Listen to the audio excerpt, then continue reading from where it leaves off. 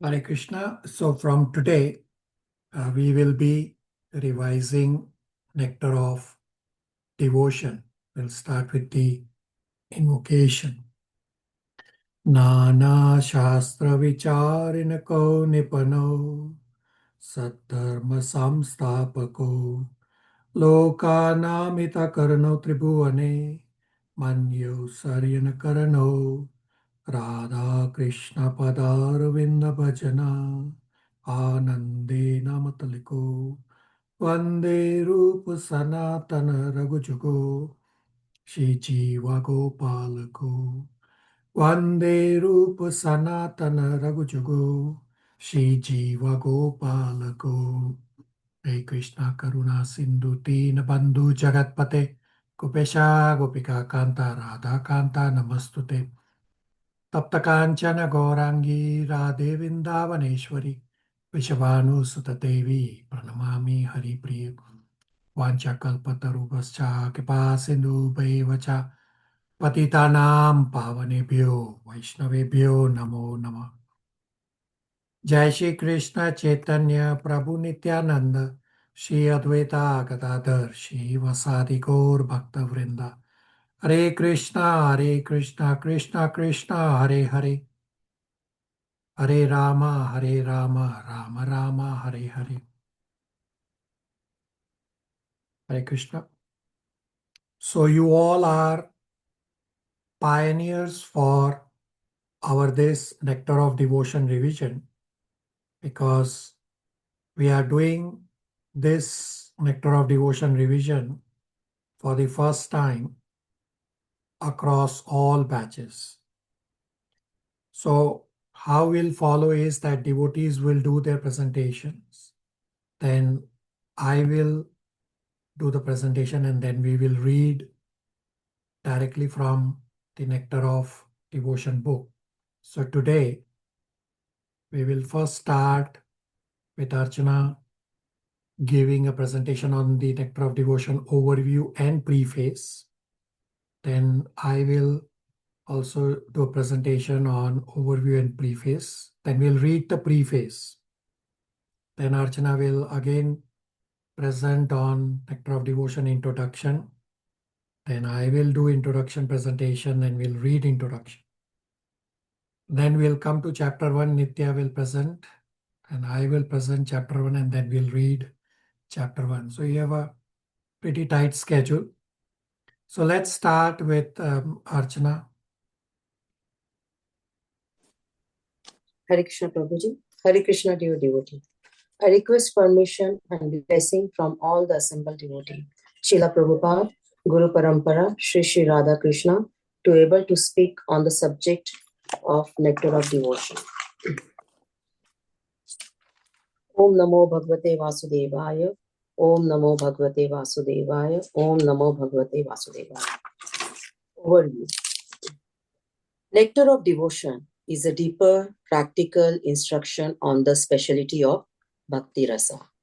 Nectar of Devotion elaborate the process of Bhakti, enable us to apply those principles in our day-to-day life, and also explain a deeper practical instruction on the speciality of Bhakti Rasa, as in our Gauriya Ved Madhava Vaishnava Sampradaya. Nectar of Devotion you can call as ocean. How does the Nectar of Devotion word come? It comes from Sanskrit word Bhakti Amrita Sindhu. Bhakti means devotion. Rasa means sweet emotion and flavor. Amrit means nectar. Sindhu means ocean. So Nectar of Devotion is a refer to the ocean, meaning Sindhu. Known now, the ocean has 4 sides. Eastern side ocean, western side ocean, northern side ocean, and southern side ocean. Now we are only covering eastern side ocean. Western side, northern side, southern side, we are not going to cover. When we talk about ocean, ocean always come with waves. So here also we are having waves. The first wave is Samanya Bhakti. It's covered introduction plus chapter 1 and a general description of devotional service, Samanya Bhakti.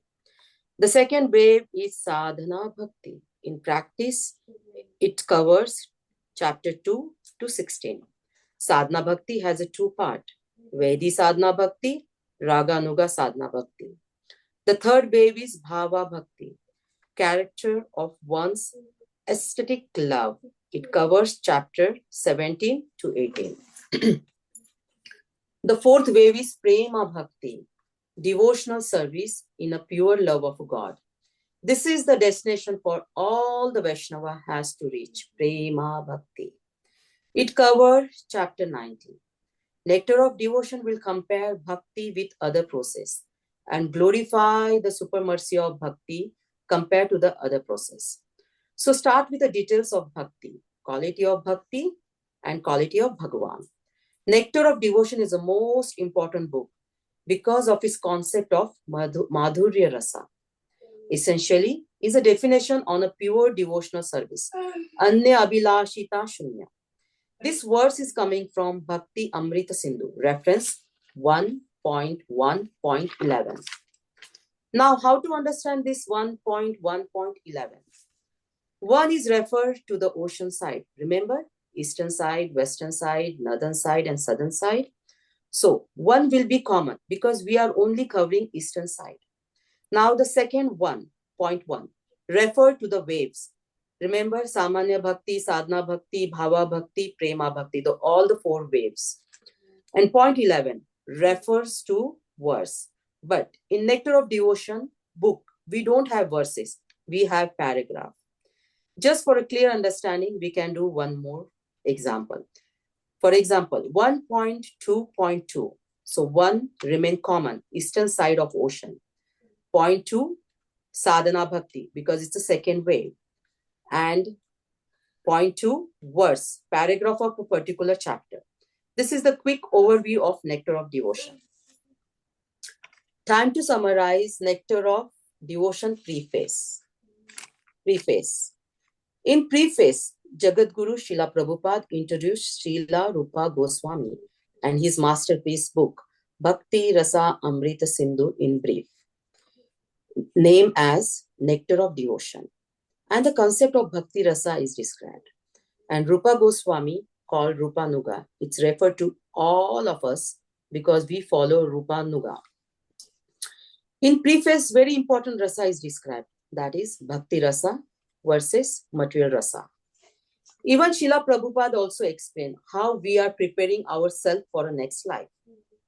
In Bhakti Rasa versus material rasa, it shows how Bhakti Rasa is permanent and material rasa is fluctuate between bhoga and tyaga. Bhoga means I want to enjoy. Tyaga means renunciation. Question will come.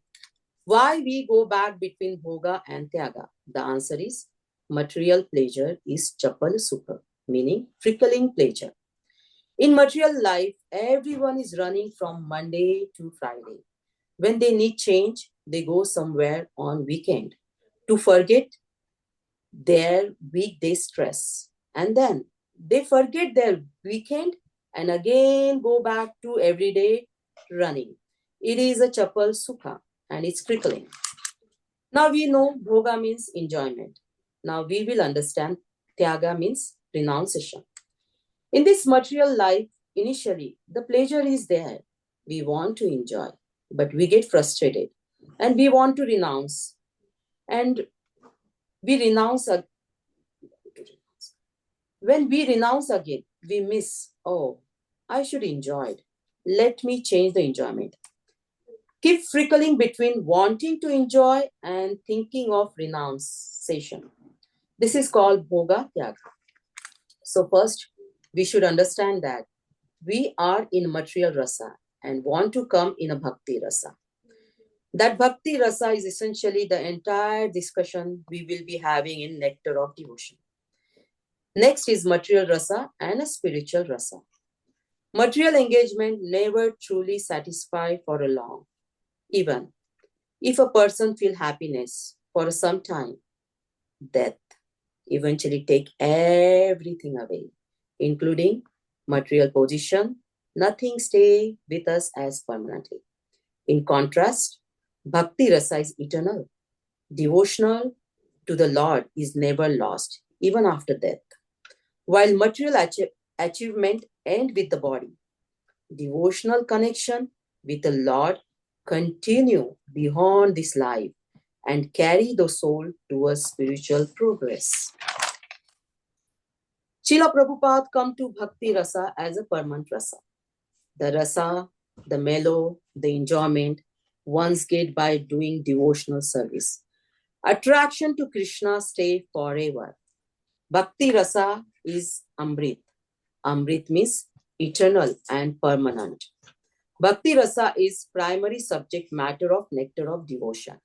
It teaches how to love Krishna in Bhakti rasa and relish the transcendental loving service to Lord.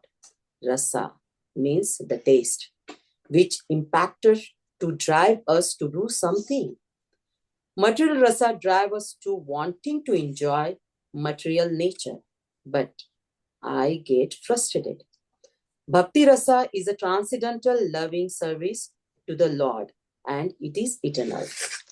Bhakti rasa is a permanent, and all these bona fide activities in a Krishna consciousness are Amrita.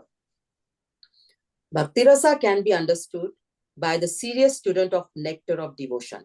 Adopting Bhakti rasa or Krishna conscious, meaning life will be free from anxiety and one will be minimize the value of liberation. God cannot be seen by our blunt material senses by following Bhakti yoga. We have to elevate and then our senses will be purified to qualify to be able to see God face to face. The basic principle of living condition is that we have the propensity to love someone. And the missing point is where we put our love so that everyone can be happy. Material love is temporary.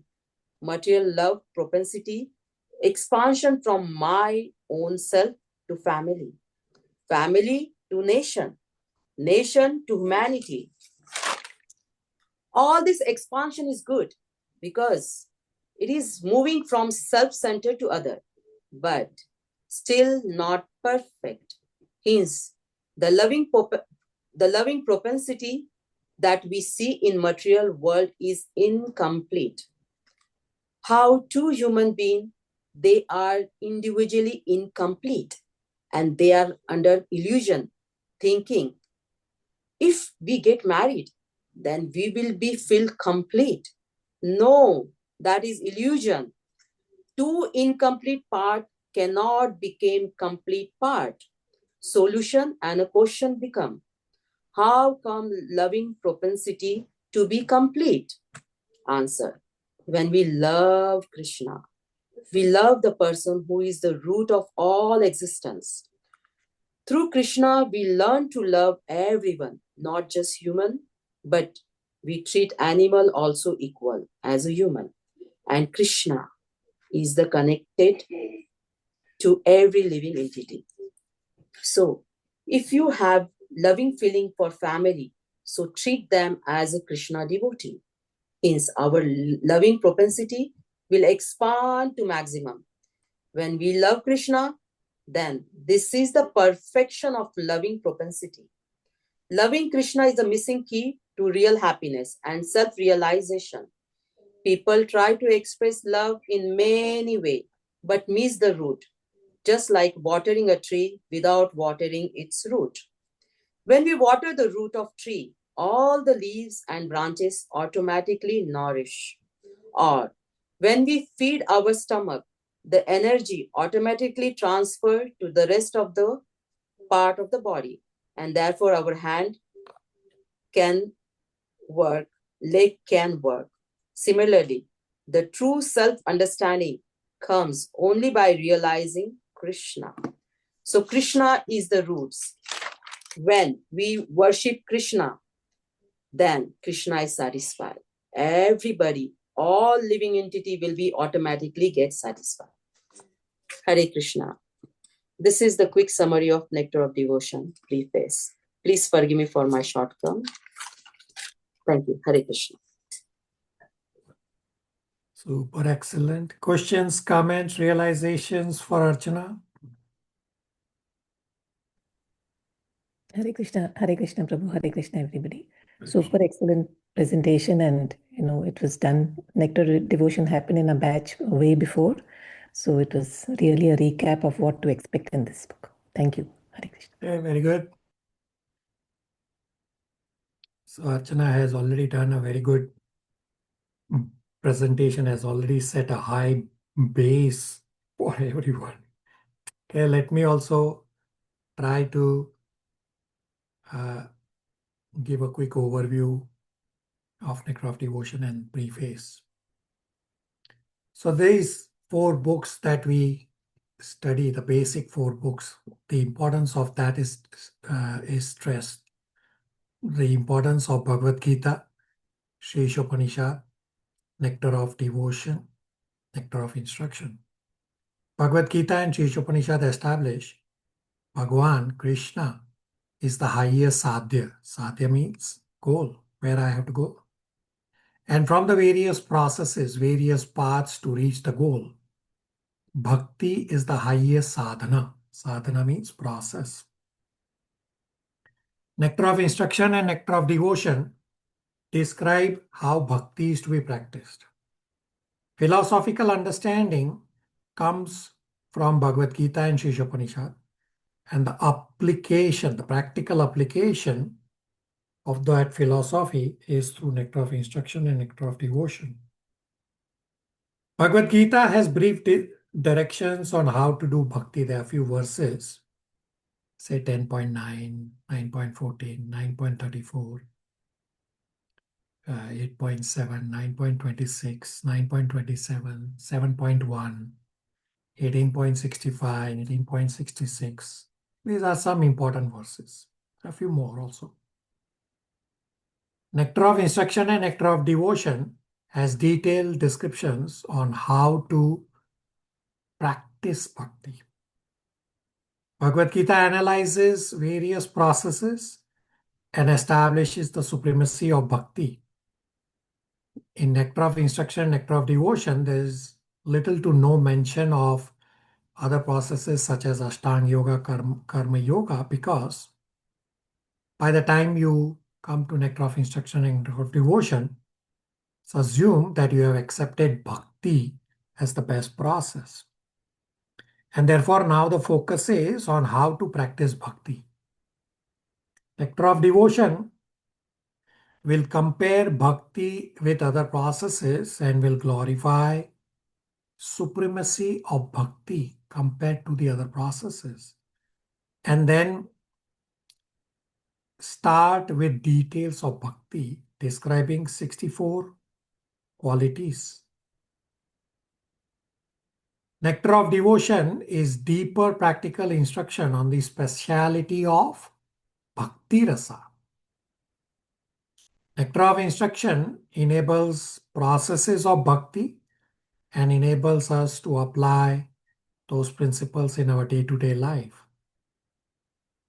And Nectar of Devotion is deeper practical instruction on the speciality of bhakti rasa in our Brahma Madhava Gaudiya Sampradaya. This is Rupa Goswami's masterpiece. The Bhakti Rasamrit Sindhu is the Sanskrit of Nectar of Devotion. Srila Prabhupada translated this word Bhakti Rasamrit Sindhu. He said Bhakti means devotion, Rasa means mellow. Say Rasa is sweet emotion. Amrit means nectar and Sindhu is ocean. So this is how Prabhupada used these words from Bhakti Rasamrit Sindhu and called it or translated it as Nectar of Devotion. So Nectar of Devotion is a very technical book, and translating verse by verse from Bhakti Rasamrit Sindhu would have been a daunting task. Therefore, Srila Prabhupada presented Bhakti Rasamrit Sindhu in a summary form in English as Nectar of Devotion. and is similar to Krishna book as the summary of Bhagavatam Canto 10. Nectar of Devotion is the most important book in the Gaudiya Vaishnavism because of the concept of Madhurya Rasa. So I'll show some slides on high-level structure of Nectar of Devotion.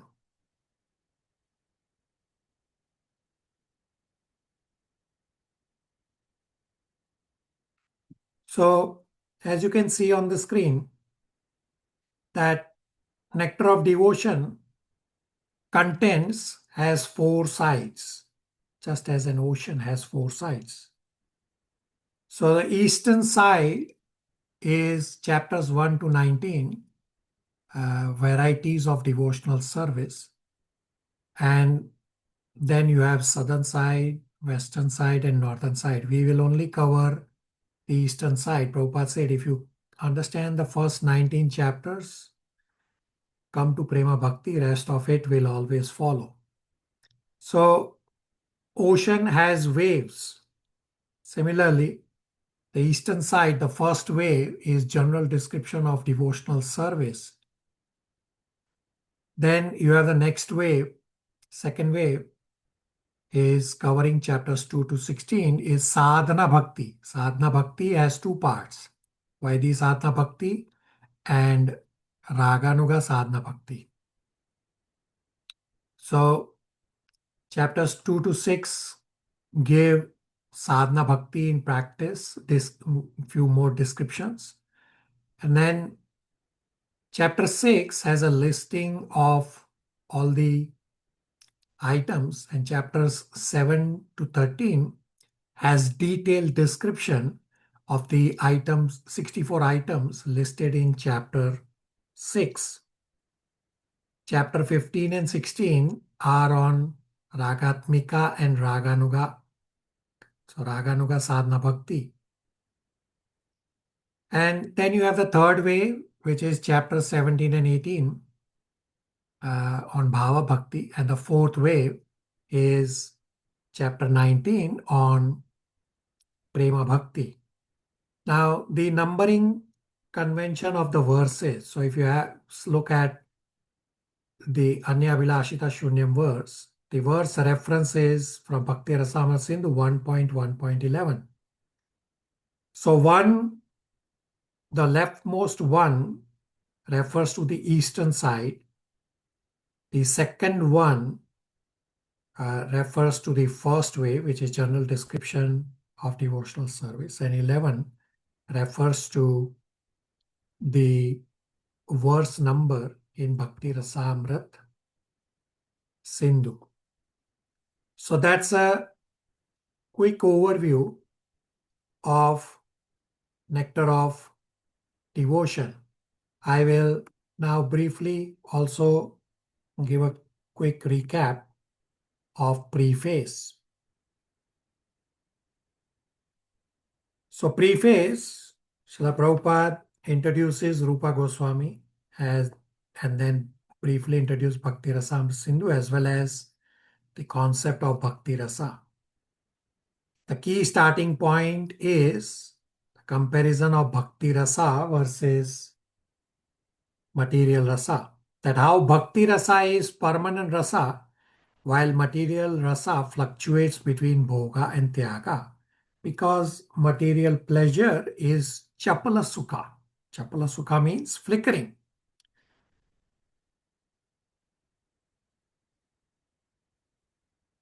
So Srila Prabhupada translated Bhakti not just as devotion, rather Srila Prabhupada translated Bhakti as devotional service.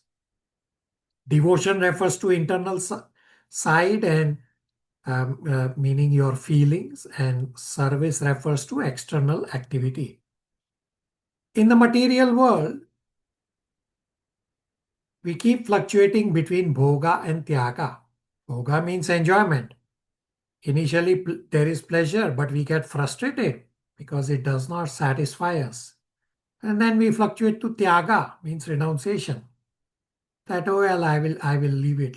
I will just renounce. When we are satiated with enjoyment, then we give it up. So one extreme of the pendulum is bhoga and another extreme is tyaga. Either extreme of the pleasure or renunciation does not endure, because material pleasure is chapala sukha, flickering, is not permanent. It does not satisfy. Material engagement don't endure for long.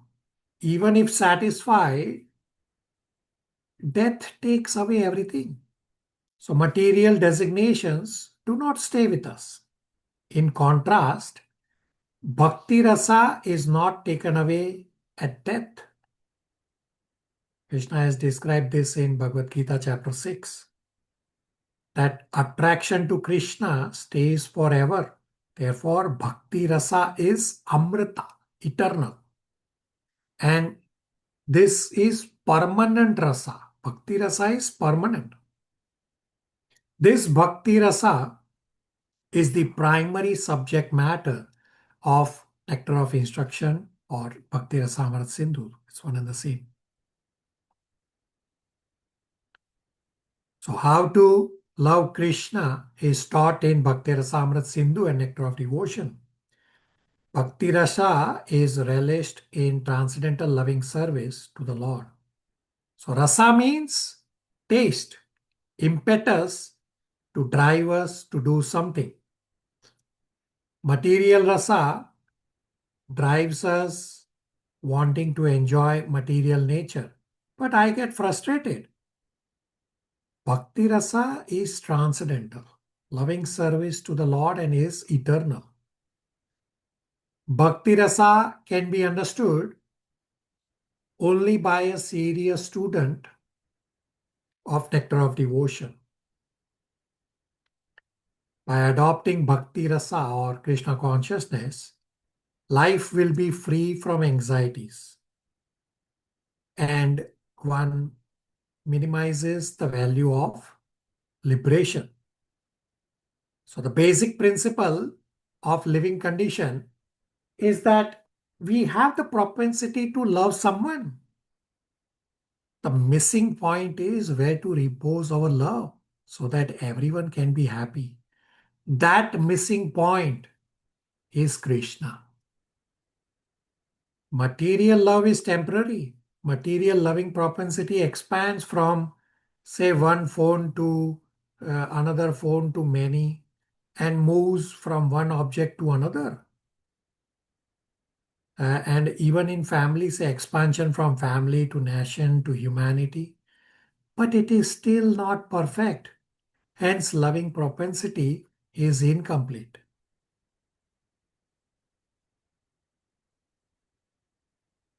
So how can loving propensity be complete? When we love Krishna. Because when we love Krishna, we love the person who is the root of all existence. Through Krishna, we learn to love everyone, because Krishna is connected to every jiva. Therefore, our loving propensity will expand to maximum when we love Krishna.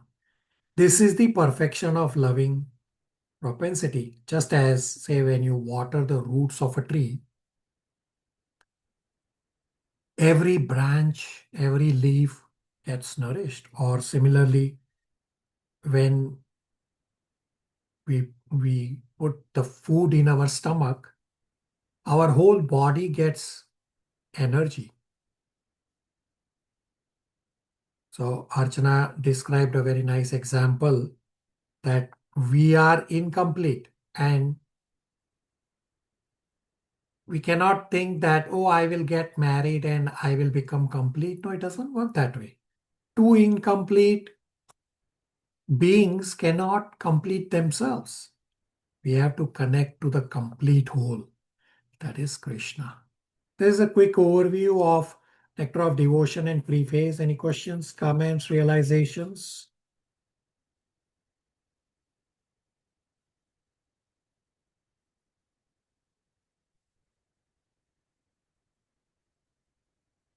All right, so we will now start reading from Nectar of Devotion Preface. I request all of you to please read at a faster pace. Shalini will be starting to read from the book and number the paragraphs in sequence 1, 2, 3, 4 like this. So Shalini will read paragraphs 1, 2, 3, 4, and 5, meaning preface page 1 and preface page 2 up to the very last line where then the 6th paragraph starts. So everybody read at a faster pace. Otherwise we won't be able to finish. Shalini. Hare Krishna, Preface. The Nectar of Devotion is a summary study of Bhakti Rasamrit Sindhu, which was written in Sanskrit by Srila Rupa Goswami Prabhupada. He was the chief of the 6 Goswamis, who were the direct disciples of Lord Chaitanya Mahaprabhu. When he first met Lord Chaitanya, Srila Rupa Goswami Prabhupada was engaged as a minister in the Mohammedan government of Bengal. He and his brother Sanatana were then named Dabira Khasa and Shakara Malika, respectively, and they held responsible posts as ministers of the Nawab Hussain Shah. At that time, 500 years ago, the Hindu society was very rigid, and if a member of the Brahmana caste accepted the service of a Mohammedan ruler, he was at once rejected from the Brahmana society. That was the position of the 2 brothers, Dabira Khasa and Sakara Malika. They belonged to the highly situated Saraswat Brahmana community, but they were ostracized due to their acceptance of ministerial posts in the government of Hussain Shah. It is the grace of Lord Chaitanya that he accepted these 2 exalted personalities as his disciples and raised them to the position of Goswamis, the highest position of Brahmanical culture. Similarly, Lord Chaitanya accepted Haridas Thakura as his disciple, although Haridasa happened to be born of a Mohammedan family, and Lord Chaitanya later on made him the Acharya of the chanting of the holy name of the Lord. Hare Krishna, Krishna Krishna, Hare Hare, Hare Rama, Rama Rama, Hare Hare. Lord Chaitanya's principle is universal. Anyone who knows the science of Krishna and is engaged in the service of the Lord is accepted as being in a higher position than the person born in the family of Brahmana. That is the original principle accepted by all Vedic literatures, especially by the Bhagavad Gita and Srimad Bhagavatam. The principle of Lord Chaitanya's movement in educating and elevating everyone to the exalted post of a Goswami is taught in the Nectar of Devotion. Lord Chaitanya met the 2 brothers, Dabira Khasa and Sakara Malika, in a village known as Ramakeli in the district of Malda. And after that meeting, the brothers decided to retire from the government service and join Lord Chaitanya. Dabira Khasa, who was later to become Rupa Goswami, retired from the post and collected all the money he had accumulated during his service. It is described in the Chaitanya Charitamrita that his accumulated savings in gold coins equaled millions of dollars and filled a large boat. He divided the money in a very exemplary manner, which should be followed by devotees in particular and humanity in general. 50% of his accumulated wealth was distributed to the Krishna-conscious persons, namely the Brahmanas and the Vaishnavas. 25% was distributed to relatives, and 25% was kept against emergency expenditures and personal difficulties. Later on, when Sakara Malika, who proposed to retire, the Nawab was very much agitated and put him in jail. But Sakara Malika, who was later to become Srila Sanatan Goswami, took advantage of his brother's personal money, which had been deposited in a village banker, and escaped from prison of Hussain Shah. In this way, both brothers joined Lord Chaitanya Mahaprabhu. Rupa Goswami first met Lord Chaitanya at Prayag, Allahabad, India, and on the Dasavarmed bathing ghata of the holy city, the Lord instructed him continually for 10 days. The Lord particularly instructed Rupa Goswami on the Science of Krishna Consciousness. These teachings of Lord Chaitanya to Srila Rupa Goswami Prabhupada are narrated in our book Teachings of Lord Chaitanya. Later, Sri Rupa Goswami Prabhupada elaborated the teachings of the Lord with profound knowledge and of revealed scriptures and authoritative references from various Vedic literatures. Srila Srinivas Acharya describes in his prayers to the 6 Goswamis that they were all highly learned scholars, not only in Sanskrit but also in foreign languages such as Persian and Arabic. They very scrutinizingly studied all the Vedic scriptures in order to establish the cult of Chaitanya Mahaprabhu on the authorized principles of Vedic knowledge. The present Krishna consciousness movement is also based on the authority of Srila Rupa Goswami Prabhupada. We are therefore generally known as Rupanugas, or followers in the footsteps of Srila Rupa Goswami Prabhupada. It is only for our guidance that Srila Rupa Goswami prepared this book, Bhakti Rasamrit Sindhu, which is now presented in the form of Nectar of Devotion. Person engaged in Krishna consciousness movement may take advantage of this great literature and be very solidly situated in Krishna consciousness. Hare Krishna. Very good. Shivangi will read paragraph 6, 7, and 8. So paragraph 6 starts at the bottom of page 2 preface. Bhakti means devotional service. Then page 3, page 4, and the middle of page 5. Shivangi, faster pace.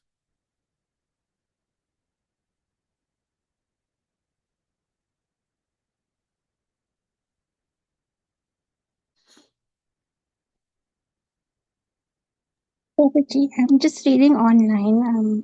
Can you tell me the paragraphs again? Yeah, it's Bhakti means devotional service. Okay. Hare Krishna. Bhakti means devotional service. Every service has some attractive feature which drives the servitor progressively on and on. Every one of us within this world is perpetually engaged in some sort of service, and the impetus for such service is the pleasure we derive from it. Driven by affection for his wife and children, a family man works day and night. A philanthropist works in the same way for love of the greater family, and a nationalist for the cause of his country and countrymen. That force that drives the philanthropist, the household, and the nationalist is called rasa, or a kind of mellow relationship whose taste is very sweet. Bhakti rasa is a mellow different from the ordinary rasa enjoyed by mundane workers. Mundane workers labor very hard day and night in order to relish a certain kind of rasa, which is understood as sense gratification. The relish or taste of the mundane rasa does not long endure, and therefore mundane workers are always apt to change their position of enjoyment. A businessman is not satisfied by working the whole week, therefore wanting a change for the weekend, he goes to a place where he tries to forget his business activities. Then, after the weekend spent in forgetfulness, he again changes his position and resumes his actual business activities. Material engagement means accepting a particular status for some time and then changing it. This position of changing back and forth is technically known as Bhogatyaga, which means a position of alternating sense enjoyment and renunciation. A living entity cannot steadily maintain either in sense enjoyment or in renunciation. Change is going on perpetually, and we cannot be happy in either state because of our eternal constitutional position. Sense gratification does not endure for long, and it is therefore called chapala sukha or flickering happiness. For example, an ordinary family man who works very hard day and night and is successful in giving comfort to the members of his family, thereby relishes a kind of mellow, but his whole advancement of material happiness immediately terminates along with his body as soon as his life is over. Death is therefore taken as the representative of God for the atheistic class of men. The devotee realizes the presence of God by devotional service, whereas the atheist realizes the presence of God in the shape of death. At death, everything is finished, and one has to begin a new chapter of life in a new situation, perhaps higher or lower than the last one. In any field of activity, political, social, national, or international, the result of our actions will be finished with the end of life. That is sure. Bhakti Rasa, however, the mellow relish in transcendental loving service of the Lord, does not finish with the end of life. It continues perpetually and is therefore called Amrita, that which does not die but exists eternally. This is confirmed in all Vedic literatures. The Bhagavad Gita says that a little advancement in Bhakti Rasa can save the devotee from the greatest danger, that of missing the opportunity for human life. The rasas derived from our feelings in social life and family life form the greater family life of altruism, philanthropy, nationalism, socialism, communism, etc. do not guarantee that one's next life will be as a human being. We prepare our next life by our actual activities in the present life. A living entity is offered a particular type of body as a result of his action in the present body. These activities are taken into account by superior authority known as Daiva, or the authority of God. This Daiva is explained in the Bhagavad Gita as the prime cause of everything, and in the Srimad Bhagavatam it is stated that a man takes his next body by Daiva Nitrena, which means by the supervision of the authority of the Supreme. In an ordinary sense, Daiva is explained as destiny. Daiva's supervision gives us a body selected from 8.4 million forms. The choice does not depend on our selection, but is awarded to us according to our destiny. If our body at present is engaged in the activities of Krishna consciousness, then it is guaranteed that we will have at least a human body in our next life. A human being engaged in Krishna consciousness, even if unable to complete the course of Bhakti Yoga, takes birth in the higher divisions of human society so that he can automatically further his advancement in Krishna consciousness. Therefore, all bona fide activities in Krishna consciousness are amrita or permanent. This is the subject matter of the nectar of devotion.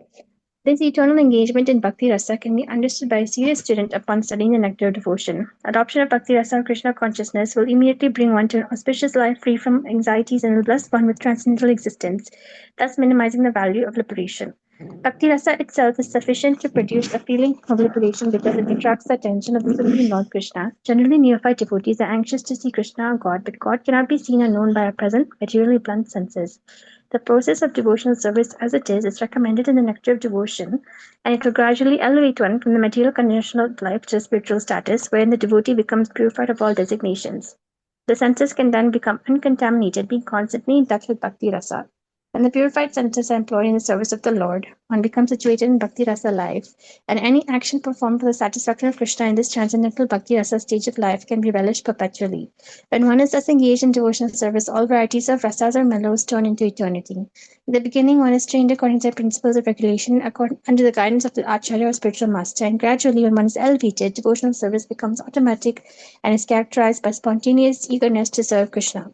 There are 12 kinds of rasas, as will be explained in this book, and by renovating our relationship with Krishna in 5 primary rasas, we can live eternally in full knowledge and bliss. All right. Chandran Prabhu, so paragraph number 9 onwards till end of preface. Paragraph 9 starts, basic principle of living condition. Hare Krishna. The basic principle of living condition is that we have a general propensity to love someone. No one can live without loving someone else. This propensity is present in every living being. Even an animal like a tiger has this loving propensity, at least in a dormant state, and it is certainly present in the human beings. The missing point, however, is where to respond or love so that everyone can become happy.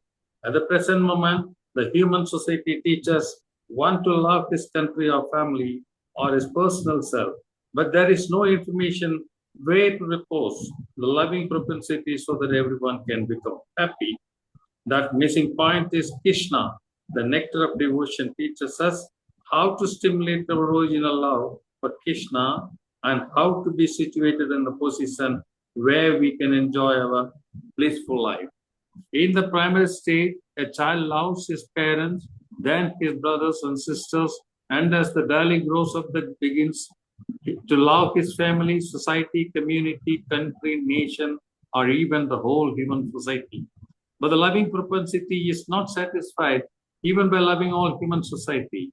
That loving propensity remains imperfectly fulfilled until we know who is the Supreme Beloved. Our love can be fully satisfied only when it is reposed in Krishna. This theme is the sum and substance of the nectar of devotion, which teaches us how to love Krishna in 5 different transcendental mellows. Our loving propensity expands just as a vibration of light or air expands, but we do not know where it ends.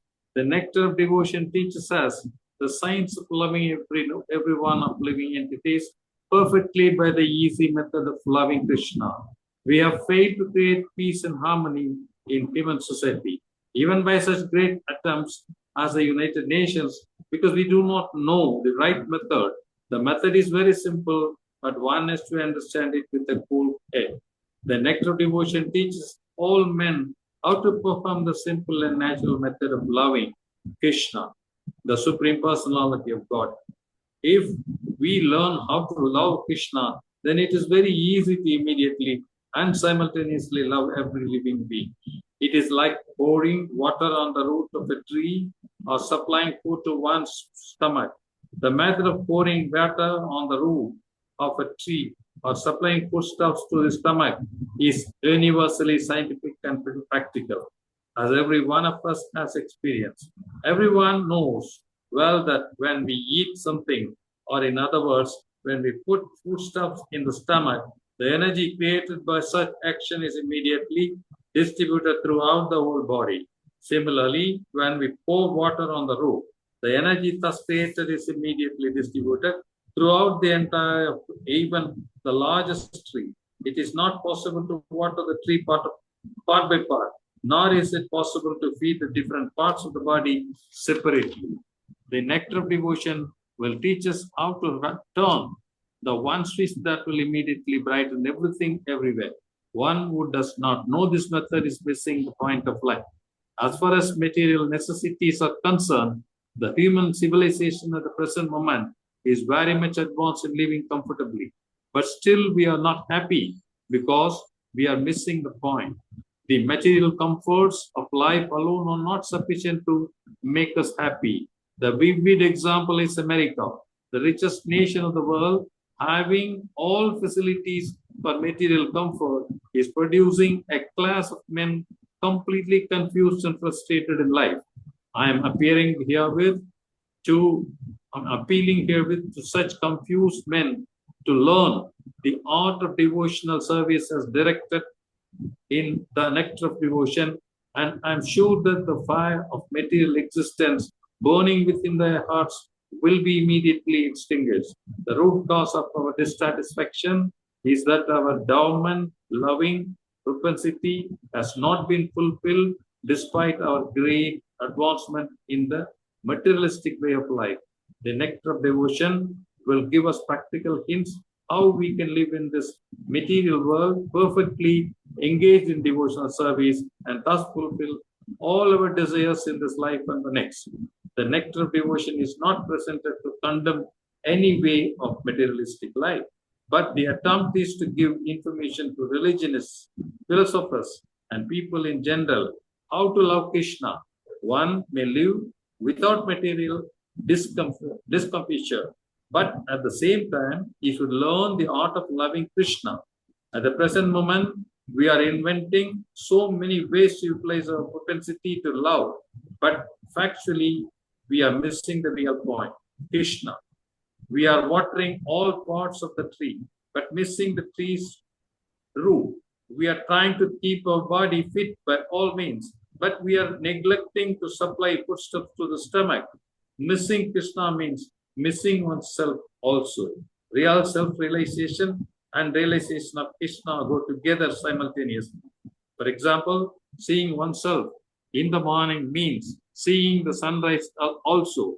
Without seeing the sunrise, no one can see himself. Similarly, unless one has realized Krishna, there is no question of self-realization. The nectar devotion is specifically presented for persons who are now engaged in the Krishna consciousness movement. I beg to offer my sincere thanks to all my friends and disciples who are helping me to push forward the Krishna consciousness movement in the Western countries. And I beg to acknowledge with thanks the contribution made by my beloved disciple, Sriman Jayananda Brahmachari.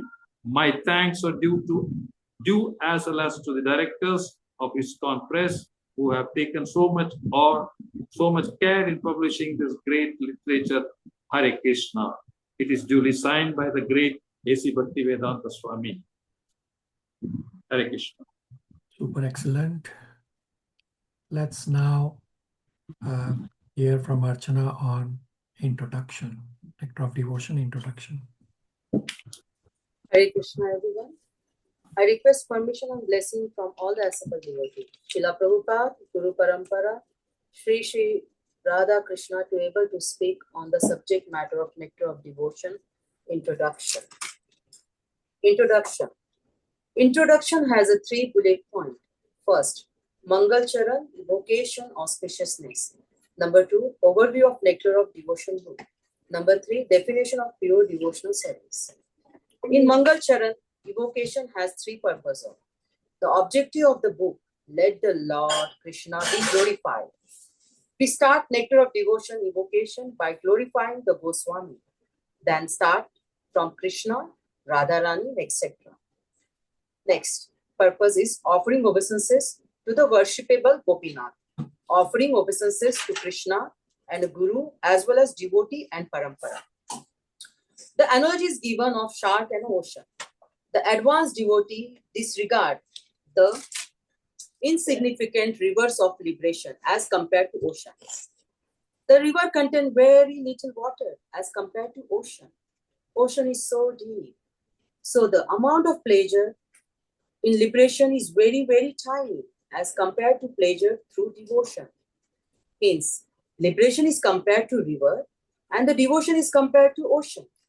Other metaphor is described that devotees are free from time, meaning compassion of devotion is so deeply into ocean, so no net can trap them like a fish. Fish get trapped in a net of time because the time is ultimate killer. But the time does not impact pure devotion. The net of time cannot reach pure devotee because they are deep in the ocean of devotional service. What makes time so fearful in the world? Answer: time control and destroy. And the third purpose is benediction offer. It is the protection from the volcano of argumentative logician and being free from impersonalist misconception. The second is overview of NOD, which we already discussed about waves and ocean.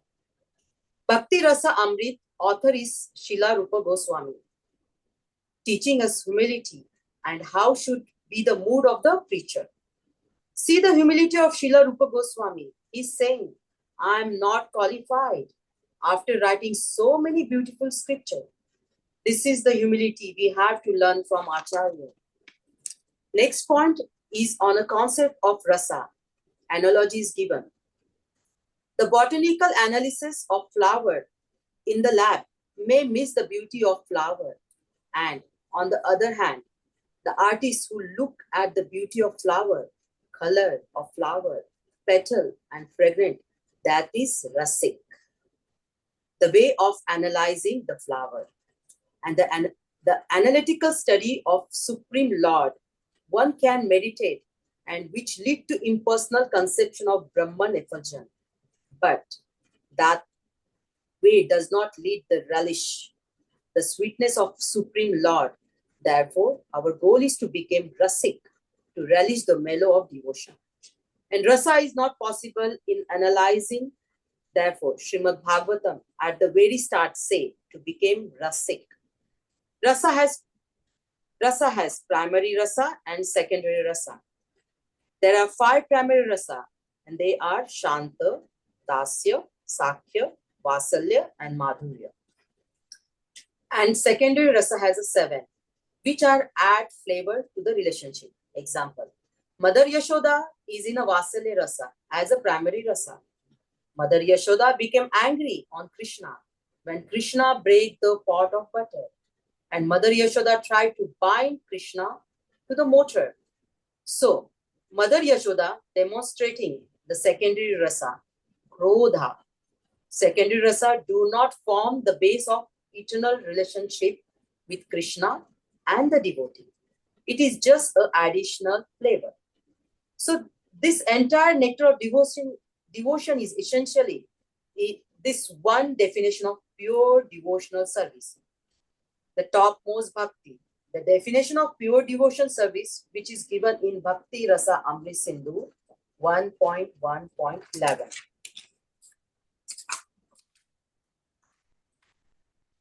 Anya abhilashita shunya, jnana karmandi anavritam, anukulena krishnano, shilanam bhaktir uttama.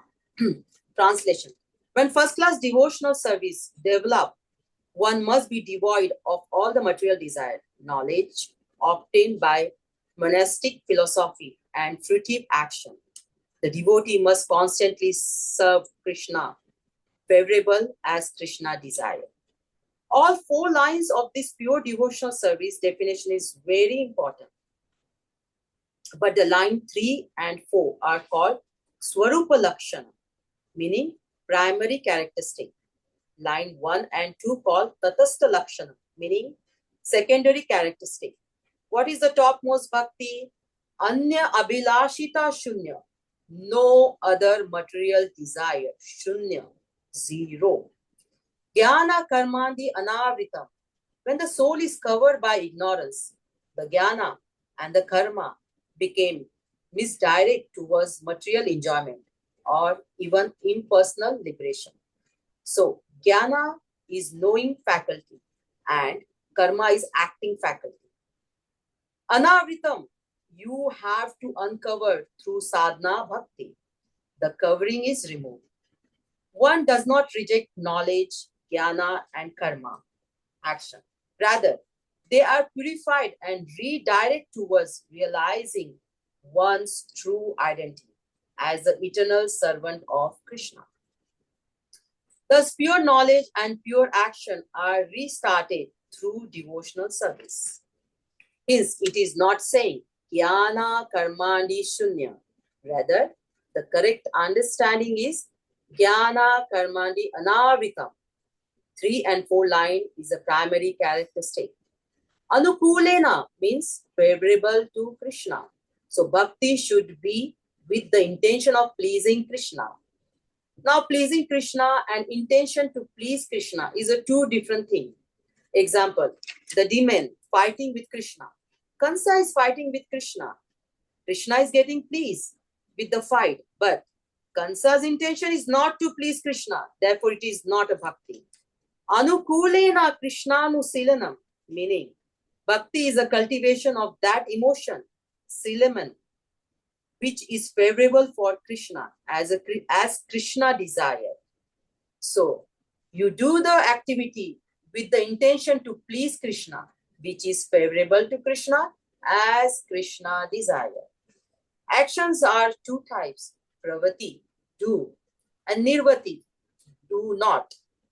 Action with the body, mind, and speech. We have to follow, example, chanting Maha Mantra, follow 4 regulative principles, and following Parampara system. Bhakti is an expression of Ladini Shakti of Krishna, meaning Srimati Radharani, Hare Krishna. When Ladini Shakti bestow on the seeker, then that seeker blossom and relish the bhakti. Doing bhakti directly for Krishna plus indirectly to Krishna. By serving devotee of Krishna, that is also pure devotional service.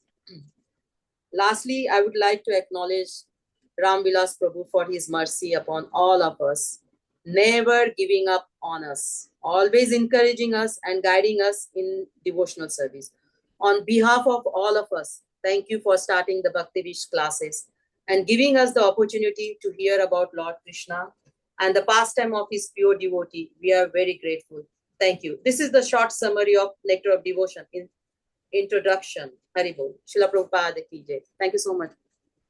Any questions, comments, realizations for Archana?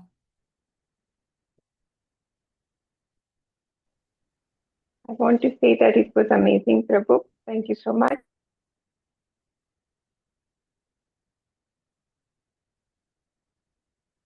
Archana has again done a super excellent presentation on Nectar of Devotion introduction. There was no need to glorify me. All glories are always for Guru Maharaj and Srila Prabhupada. All glories are always for your dedication that week after week after week after week, even with so many material responsibilities, you come to the classes, you complete your spiritual endeavors, and you do these presentations. Therefore, all glories are for yours, for you all. All right. I will also quickly summarize Nectar of Devotion introduction, which will be largely a repeat of what we already heard from Archana.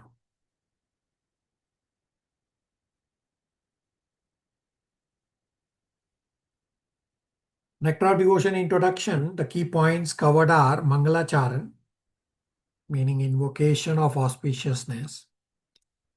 Then the Nectar of Devotion overview and the definition of pure devotional service. So first is Mangalacharan. invoking auspiciousness, there are three purposes. First is the objective of the book is Krishna. Therefore, it is to you, Krishna, I offer my obeisances and glorify you. Next is offering obeisances to Krishna, Guru, as well as all devotees in parampara in general as well.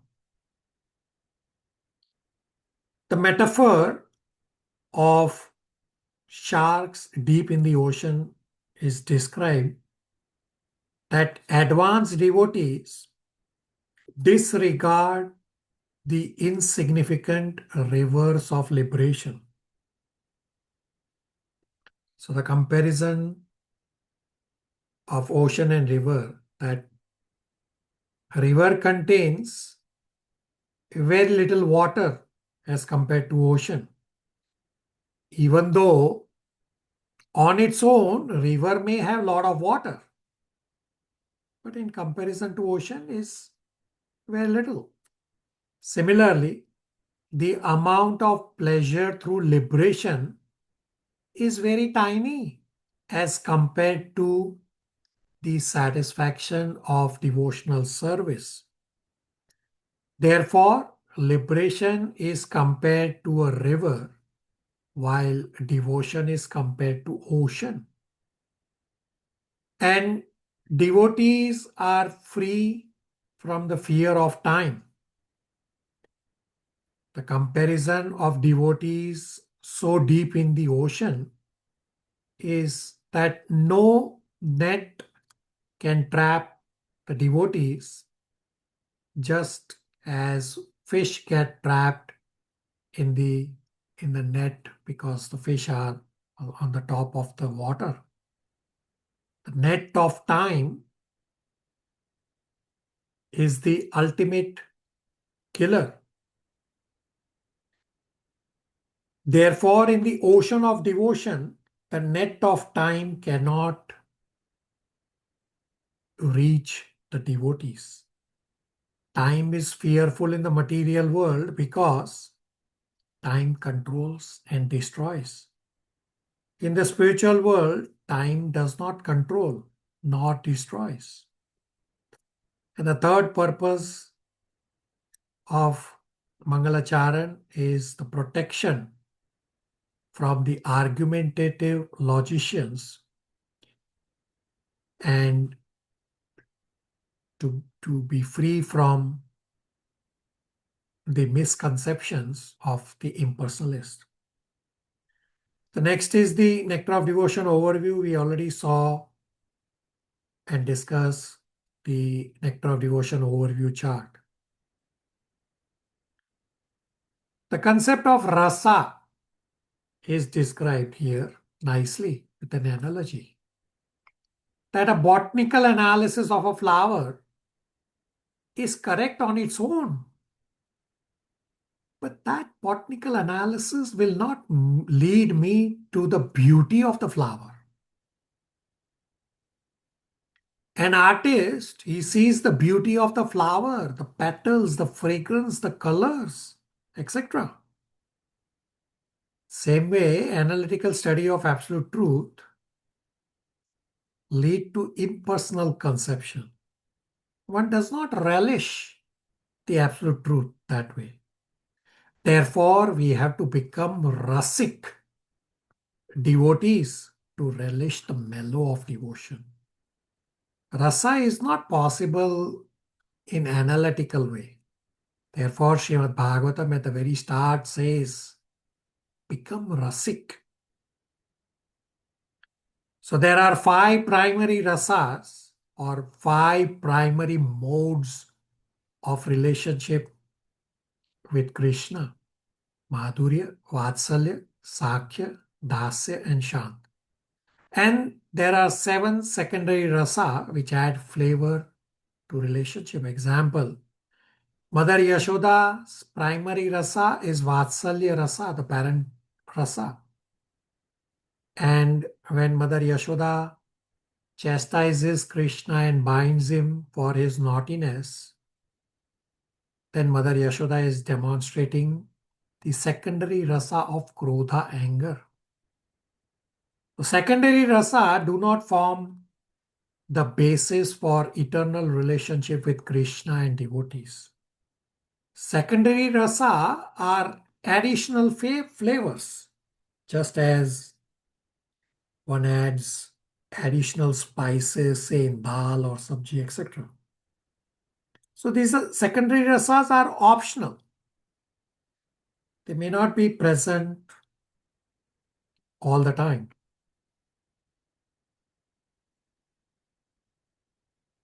The definition of pure devotional service is given in Bhakti Rasamrit Sindhu, which I also have on the screen. Anya Abhilashita Shunyam Jnana Karmadi Anavratam Anukulyena Krishna Anushilanam Bhakti Ruttama. So all four items of this pure devotional service definition are important. Lines 3 and 4 are called as Swarupa Lakshana, means primary characteristics. Anukulyena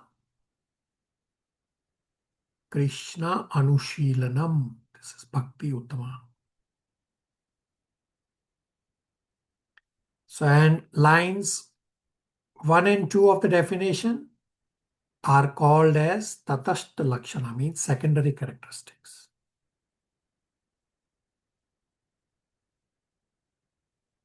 So, we'll discuss this definition, the key components of this definition. The first is Anya Abhilashita, that other aspirations should be made zero, but desire to love Krishna should continue. So it is Abhilashita, Anya Abhilashita. Devotee does not have tendency to seek protection at material level, rather simply focuses to love Krishna. And Shunyam means zero, that Anya Abhilashita Shunyam, all other aspirations are made zero. Then Jnana Karmadi Anavratam. It is Anavratam, to uncover. It does not say Jnana Karmadi Shunyam, no. So when soul is covered, the Jnana and the Karma is directed to other things, example, material enjoyment or liberation, etc. Soul's original Jnana becomes uncovered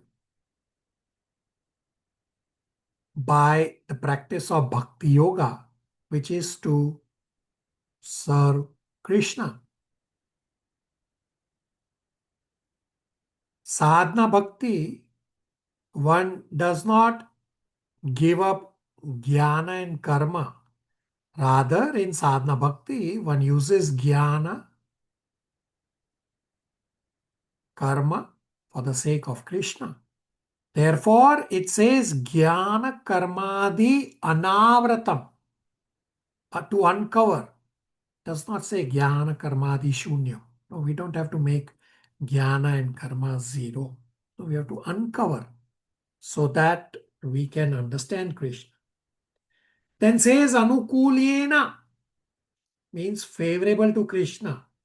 Bhakti should be favorable to Krishna with the intention of pleasing Krishna. Now, pleasing Krishna and intention to please Krishna, these are two different things. Example, the demons are fighting with Krishna. Krishna is pleased.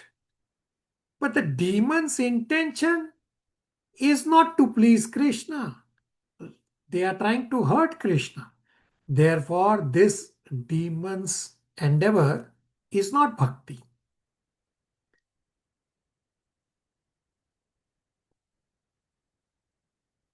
Anukulyena Krishna means what is favorable for Krishna, that is bhakti. Then Anushilana, that bhakti is a cultivation, not just an emotion. Shilana means action or activity, not just sentiment. And should be to Krishna. Pure devotion is for Krishna.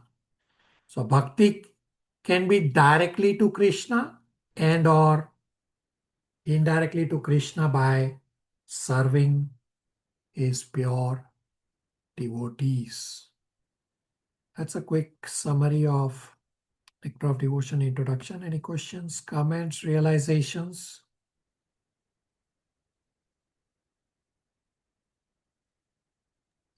Hare Krishna Prabhu, your one is very beautiful, Prabhuji. I have to make little bit changes in my one. Thank you. I was following what you were saying. Your presentation was quite nice.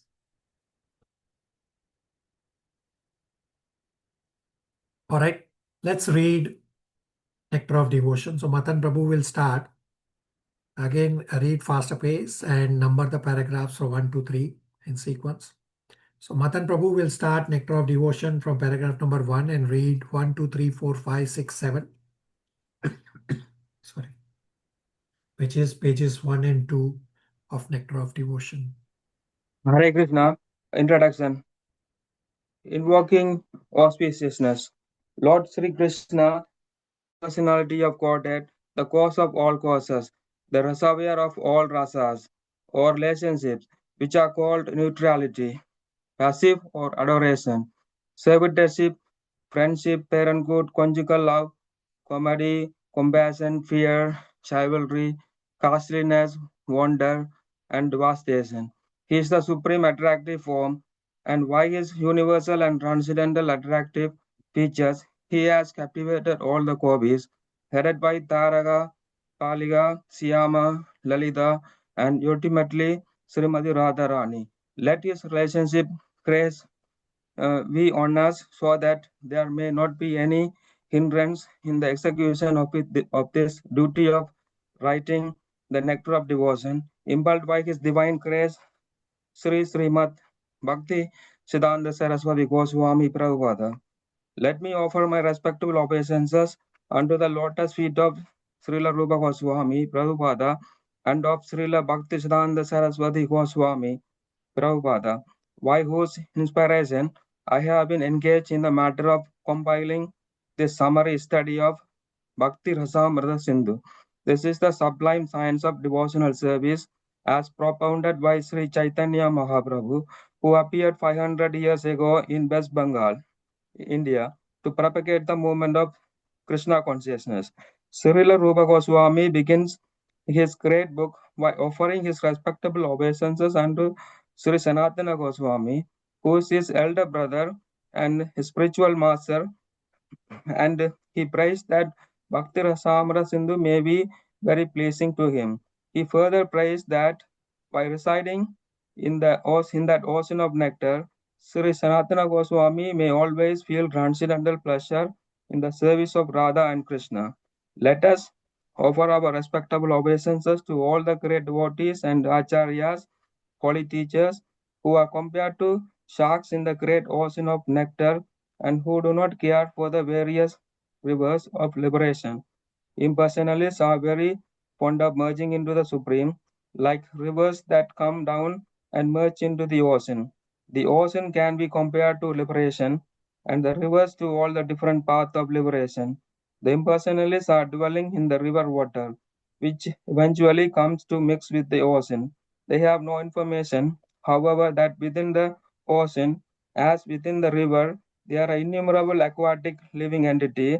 The sharks who dwell in the ocean do not care for the river, which are gliding down into it. The devotees eternally live in the ocean of devotional service, and they do not care for the river. In other words, those who are pure devotee always remain in the ocean of transcendental loving service to the Lord and have no business with the other processes which are compared to the rivers that only gradually come to the ocean. Srila Rupa Goswami prays to his spiritual master, Srila Sanatana Goswami, for the protection of Bhakti Rasamrita Sindhu, the ocean of pure nectar of devotional service, from the argumentative logician who unnecessarily meddle in the science of service to the Lord. He compares their arguments and logic to volcanic eruptions in the midst of the ocean.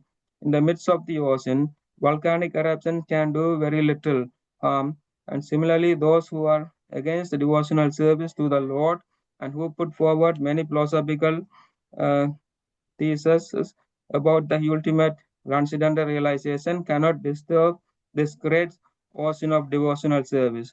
The author of Bhakti Rasamrita Sindhu, Srila Rupa Goswami, very humbly submits that he is just trying to spread Krishna consciousness all over the world.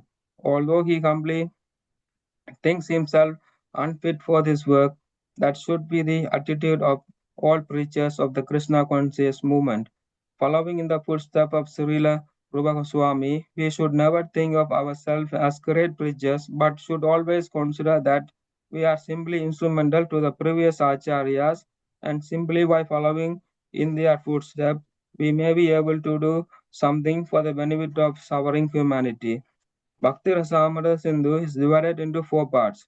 Just that the ocean is sometimes divided into four parts, and there are different sections within each of these four divisions. Originally, in Bhakti Rasamrita Sindhu, the ocean is divided like the watery ocean into east, south, west, and north, while the subsections within these different divisions are called waves. As in the ocean, there are always different waves, either on the eastern side, the southern side, western side, or northern side. Bhakti Rasamrita Sindhu simply has different waves. In the first part, there are four waves. The first being a general description of devotional service. The second concerns the regulative principles for executing devotional service. And the third wave, the devotional service in ecstasy. And the fourth is the ultimate call, love of God. These will be explicitly described along with their different symptoms. All right. Nitya will read from top of page 3, introduction. So paragraphs 8, 9, 10, 11, and 12. Paragraph 12 ends almost towards the end of page 4 of the book. Hare Krishna Prabhu. The authorized descriptions of bhakti or devotional service following in the footsteps of previous acharyas can be summarized in the following statements of Srila Rupa Goswami. First-class devotional service is known by one's tendency to be fully engaged in Krishna consciousness, serving the Lord favorably. The purport is that one may also be in Krishna consciousness unfavorably, but that cannot be counted as pure devotional service. Pure devotional service should be free from the desire for any material benefit or for sense gratification, as these desires are cultivated through fruitive activities and philosophical speculation. Generally, people are engaged in different activities to get some material profit, while most philosophers are engaged in proposing transcendental realization through volumes of virtuality and speculation. Pure devotional service must always be free from such fruitive activities and philosophical speculation. One has to learn Krishna consciousness of pure devotional service from the authorities by spontaneous loving service. This devotional service is a sort of cultivation. It is not simply inaction for people who like to be inactive or devote their time to silent meditation. There are many different methods for people who want this, but the cultivation of Krishna consciousness is different. The particular word used by Srila Rupa Goswami in this connection is anushilana, or cultivation by following the predecessor teachers, the acharyas. As soon as we say cultivation, we must refer to activity. Without activity, consciousness alone cannot help. All activities may be divided into two classes. One class may be for achieving a certain goal, and the other may be for avoiding some unfavorable circumstance. In Sanskrit, these activities are called pravritti and nivritti, positive and negative actions. There are many examples of negative action. For instance, a deceased person has to be cautious and take medicine in order to avoid some unfavorable illness. Those who are cultivating spiritual life and executing devotional service are always engaged in activity. Such activity can be performed with the body or with the mind. Thinking, feeling, and willing are all activities of the mind. And when we will do something, the activity comes to be manifest by the gross bodily senses. Thus, in our mental activities, we should always try to think of Krishna and try to plan how to please him, following the footsteps of the great acharyas and the personal spiritual master. There are activities of the body, activities of mind, and activities of speech. A Krishna conscious person engages his words in teaching the glories of the Lord. This is called Kirtana. And by his mind, the Krishna conscious person always thinks of the activities of the Lord as he is speaking on the battlefield of Kurukshetra or engaging in his various pastimes in the Vrindavana with his devotees. In this way, one can always think of the activities and pastimes of the Lord. This is the mental culture of Krishna consciousness. Similarly, we can offer many services with our bodily activities, but all such activities must be in relationship with Krishna. This relationship is established by connecting oneself with a bona fide spiritual master, who is the direct representative of Krishna in disciplic succession. Therefore, the execution of Krishna conscious activities with the body should be directed by the spiritual master and then be performed with faith. The connection with the spiritual master is called initiation. From the date of initiation by the spiritual master, the connection between Krishna and the person cultivating Krishna consciousness is established. Without initiation by a bona fide spiritual master, the actual connection with Krishna consciousness is never performed. This cultivation of Krishna consciousness is not material. The Lord has three general energies, namely the external energy, the internal energy, and the marginal energy. The living entities are called the marginal energy, and the material cosmic manifestation is the action of the external or material energy. Then there is the spiritual world, which is the manifestation of the internal energy. The living entities, who are called marginal energy, perform material activities when acting under the inferior external energy. And when they engage in activities under the internal spiritual energy, their activities are called Krishna conscious. This means that those who are great souls or great devotees do not act under the spell of material energy, but act instead under the protection of the spiritual energy. Any activities done in devotional service or in Krishna consciousness are directly under the control of spiritual energy. In other words, energy is a sort of strength, and this strength can be spiritualized by the mercy of both the bona fide spiritual master and Krishna. All right, Divya will now read from the bottom of page 4, paragraph starts in the Chaitanya Charitamrita. So Divya is reading paragraphs 13, 14, 15, and 16 to the top of page 6. Babaji, we're having some background noise here. Is it okay if we can skip me and Divya? Yeah, that's okay. Archana, you can read from paragraph 13 all the way to end of introduction. Hare Krishna, everyone. In the Chaitanya Charitamrita by Krishnadasa Kaviraj Goswami, Lord Chaitanya stated that this is a fortunate person who comes in a contact with a bona fide spiritual master by the grace of Krishna. One who is serious about his spiritual life is given by Krishna the intelligence to come in a contact with a bona fide spiritual master. And then by the grace of the spiritual master, one became advanced in a Krishna consciousness. In this way, the whole jurisdiction of Krishna consciousness is directly under the spiritual energy. Krishna and the spiritual master. This has nothing to do with the material world. When we speak of Krishna, we refer to the Supreme Personality of Godhead, along with his many expansion. He is expanded by his planetary part and parcel. His differentiated part and a parcel. His differentiated part and a parcel, and his different energy, Krishna, in other words, means everything and includes everything.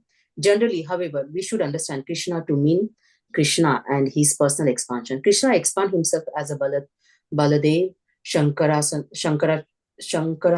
Vasudev, Aniruddha, Pradyumna, Rama, Narsimha, and Varaha, as well as many other incarnations and the innumerable Vishnu expansion.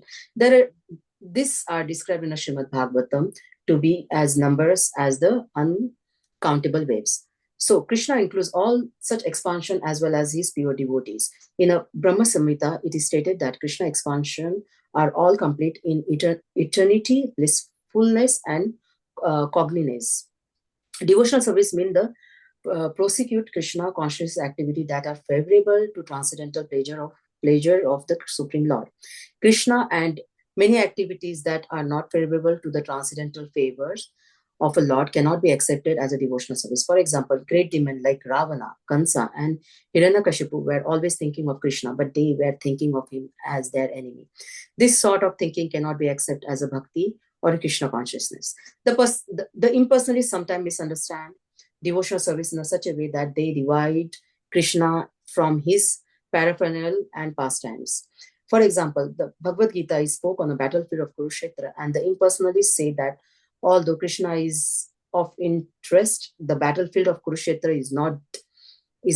The devotee, however, also know that the battlefield of Kurukshetra by itself has nothing to do with their business. But in addition, they know that Krishna does not mean just Krishna alone. He is always with his association and paraphernalia. For instance, if someone say, give something to eat to the man with the weapon, the eating process is done by the man and not by the weapon. Similarly, is Krishna consciousness, a devotee may be interested in the paraphernalia and the location, such as the battlefield of Kurukshetra, that are associated with the Krishna, but he is not concerned with the simply any battlefield. He is concerned with Krishna, his speech, his instruction, etc. This is because Krishna is there that the battlefield is so important. This is the summary understand of what Krishna consciousness is. Without this understanding, one is sure to misunderstand why the devotee are interested in a battlefield of Kurukshetra. One who is interested in a Krishna became interested in his different pastime and activity. The definition of pure devotee as given by Rupa Goswami in Bhakti Rasa Amrit Sindhu can be summarized thus. His service is favorable and he is always in a relation to Krishna. In order to keep the purity of such Krishna conscious activity, one must be freed from all material desire and philosophical speculation. Any desire except for the service of the Lord is called material. Any desire except for the service of the Lord is called material desire. And philosophical speculations refers to the sort of speculation that ultimately arrived at the conclusion of voidism and impersonalism.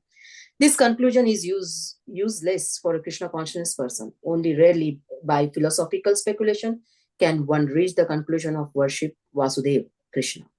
This is confirmed in the Bhagavad Gita itself. The ultimate end of philosophical speculation then must be Krishna, with the understanding that Krishna is everything, the cause of all cause, and that one should therefore surrender unto him. If this ultimate goal is reached, then philosophical advancement is favorable. But if the conclusion of philosophical speculation is voidism or impersonalism, that is not a bhakti. Karma or fruity activities are sometimes understood to be ritualistic activity. There are many persons who are very much attracted by the ritualistic activity described in the Vedas. But if one became attracted simply to ritualistic activity without understanding Krishna, his activity are unfavorable to Krishna consciousness. Actually, Krishna consciousness can be based simply on hearing, chanting, remembering, etc. Described in the Srimad Bhagavatam are 9 different processes, beside which everything done is unfavorable to Krishna consciousness. Thus, one should always be guarding against fall down. Srila Rupa Goswami has also mentioned in this definition of bhakti the word jnana karmadi. This karmadi, fruitive work, consists of activity that are unable to help one attain to pure devotional service. Many forms of so-called renunciation are also not favorable to Krishna consciousness devotee service. Srila Rupa Goswami has also quoted a definition from Narada Pancharatri as follows: one should be free from all material designation and by the Krishna consciousness must be cleansed of all material contamination. He should be restored to his pure identity in which he engages his senses in the service of the proprietor of the senses. So when our senses are engaged for the actual proprietor of the senses, then it is called devotional service. In our conditioned state, our senses are engaged in a service, this bodily demand. When the same senses are engaged in executing the order of Krishna, our activity are called bhakti. As long as one identifies himself as belonging to a certain family, a certain society, or certain person, he is said to be covered with designation.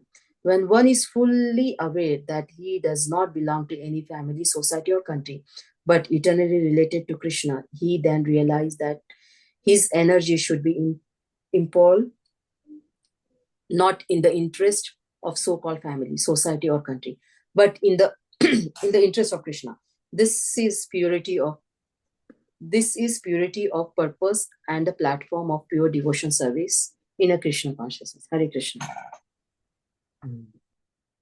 Questions, comments, realizations?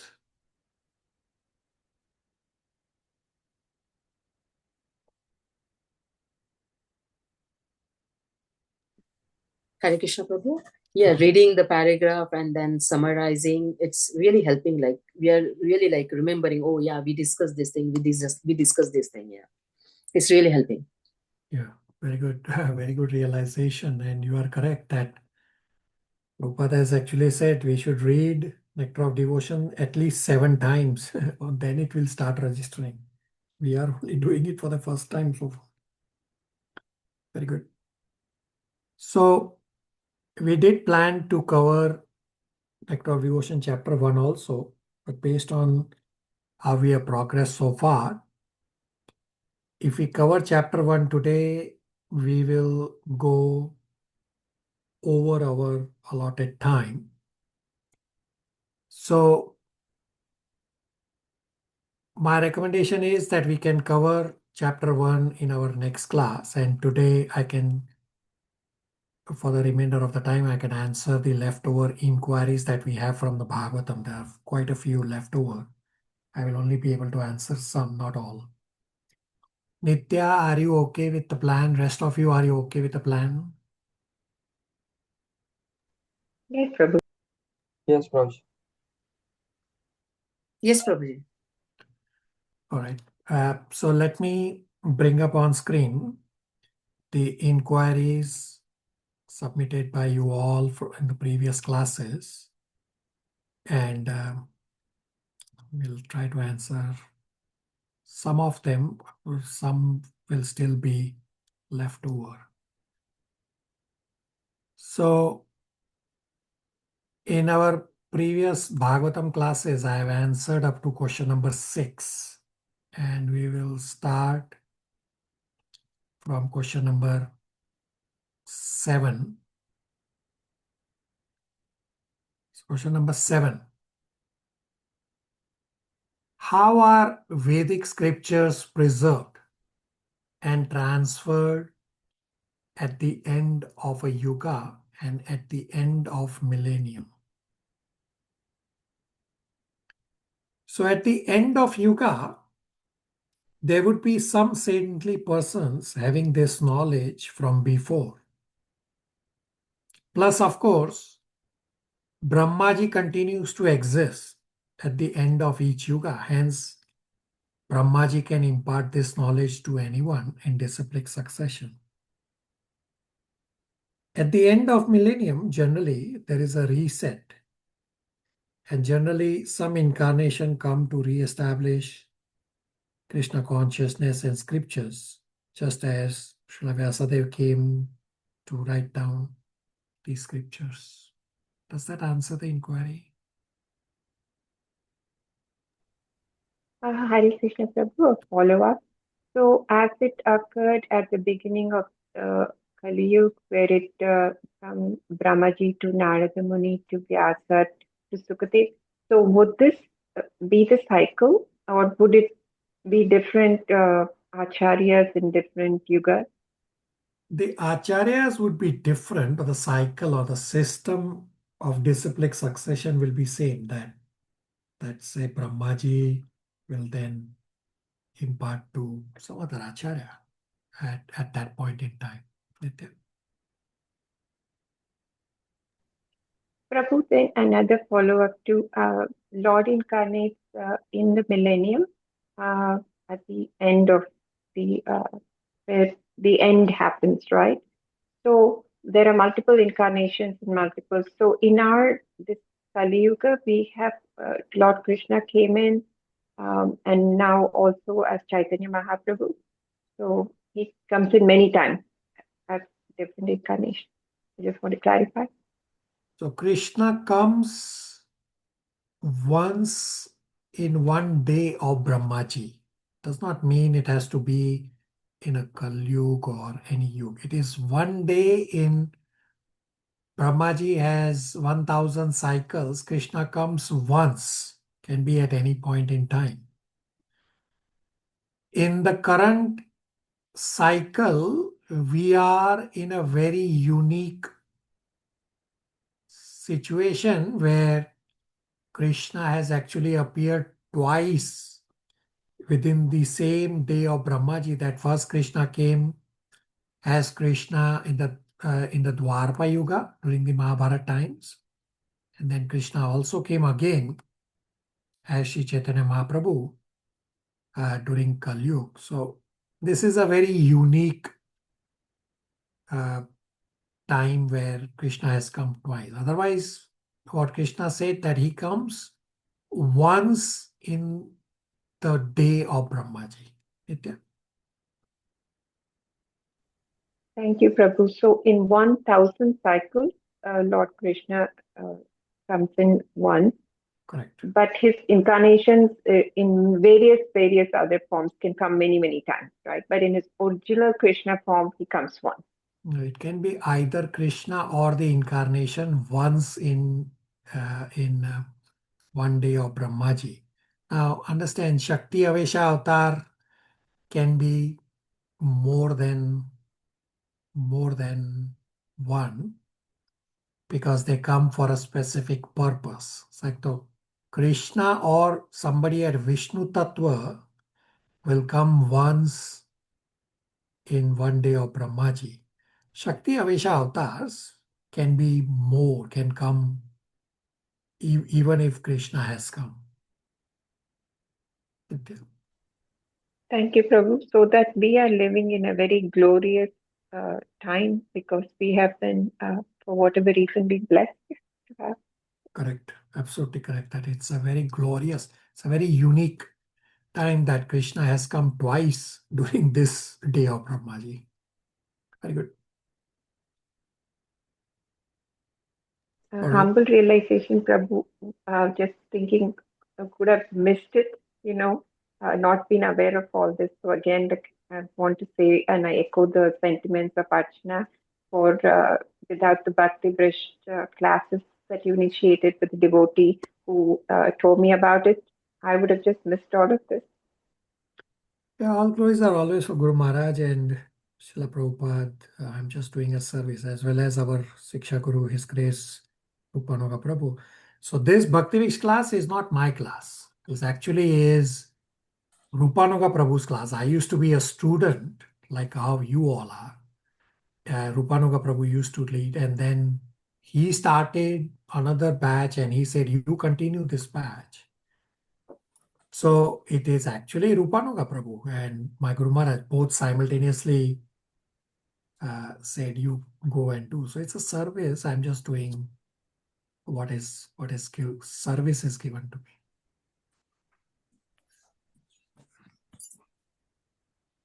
And all glories are always for your super excellent inquiries. Your inquiries are your mercy on me. Just see how much research I have to do from your inquiries. I get an opportunity to do research and talk Krishna Katha. Therefore, this is your mercy on me. Thank you. Archana. Hare Krishna Prabhu. Please correct me if I'm wrong. So Dwarka in Sanskrit it is a number 2, right? And Treta is number 3. As just Krishna wanted to appear in a Dwarka Yuga, that's why it's the sequence is changed, right? You are absolutely correct that there's also described in Bhagavatam. So before this day of Brahmaji, the cycles of the yugas used to be Satyug, second used to be Dwarpa Yuga, third used to be Treta Yuga, and fourth Kali Yuga. To mark the speciality of Krishna coming, the yugas swapped. I mean, this is inconceivable for us. Just as, say, if you have stacked four items together, say 4 plates can break, but say four items, and you press something heavy on top and one of the bottom item pops out and comes on top. Similarly, to mark the speciality and because of the weight of Krishna, the yugas swapped. that Treta Yuga became first and Dwarpa next, and then the cycle is now on a go forward will be like this. As actually described in Bhagavatam, there's a verse for this. Archana. So beautiful, Prabhuji. Hare Krishna. All right, question number 8. When Prithu Maharaj was doing uncommon activities, Brahmaji checked the lotus feet of Prithu Maharaj and informed the sages, he is incarnation of Lord. So the question is, when Lord was in Vrindavan doing his Leela with the Gopas and Gopis, why did Brahmaji steal cows and Gopas? Why Brahmaji did not check the lotus feet of Lord to confirm he is the Lord himself? Very good inquiry. So for Prithu Maharaj, Brahmaji saw the marks on his lotus feet just when Prithu Maharaj appeared. Long before Prithu Maharaj performed these uncommon activities, it's right at the appearance. So Prithu Maharaj, there are no childhood pastimes. He appeared as a fully grown. And as soon as he appeared is when Brahmaji saw, and he informed everyone, oh, this is an incarnation of the Lord based on the marks on his lotus feet. The uncommon activities were quite later in Prithu Maharaj's time. Now, about Krishna doing this Leela, as is described in Srimad Bhagavatam, Canto 10, chapters 13 and 14, Brahmaji getting bewildered is to prove that Maya can bewilder even the great Brahmaji. Therefore, Brahmaji was thinking, this cowherd boy cannot be the Supreme Personality of Godhead. And then Brahmaji actually goes on to say that I thought, how can this cowherd boy be Supreme Personality of Godhead? But you are the Supreme Personality of Godhead. So later in his prayers, Brahmaji is actually saying all this. So we also discussed in Bhagavatam Canto 2 at the start that Brahmaji is a Jiva Tattva. Therefore, Brahmaji is also subject to forgetfulness. Hence, Brahmaji forgot how to do creation even when Brahmaji has done creation so many times. So the point of why Brahmaji stole is to ensure that we all understand that Brahmaji, the great personality, can even be bewildered by Maya. What about us? So insignificant souls. Archana, everybody. Yes, Prabhuji. Yes. Hare Krishna.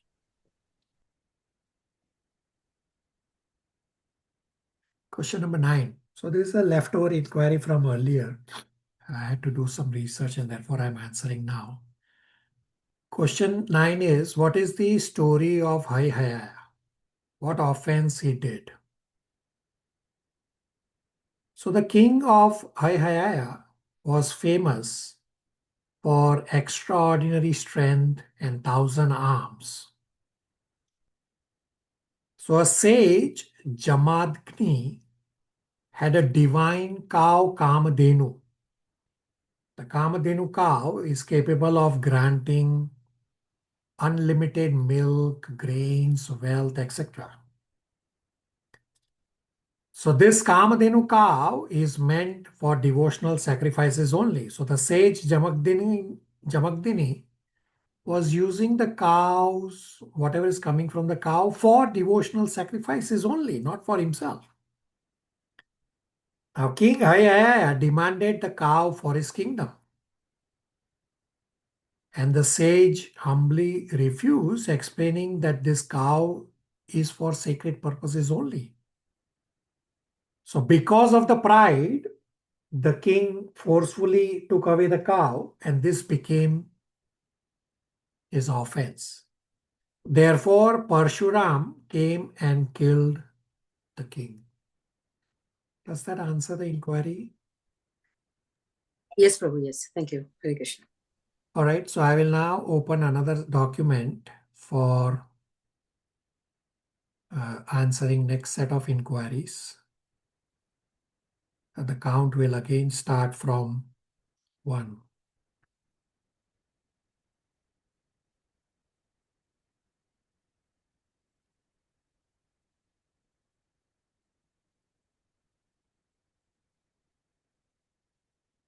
So question number 1. So we actually already discussed this. We are hearing and reading Srimad Bhagavatam in Guru Parampara by grace of the Lord through Srila Prabhupada's work. Will the Guru Parampara be different in the next cycle of Kali Yuga? So we already discussed that the system of Guru Parampara will be same. Yes, personalities may be different, but the Guru Parampara means Brahmaji is the head spiritual master of the Gaudiya Madhava Sampradaya. And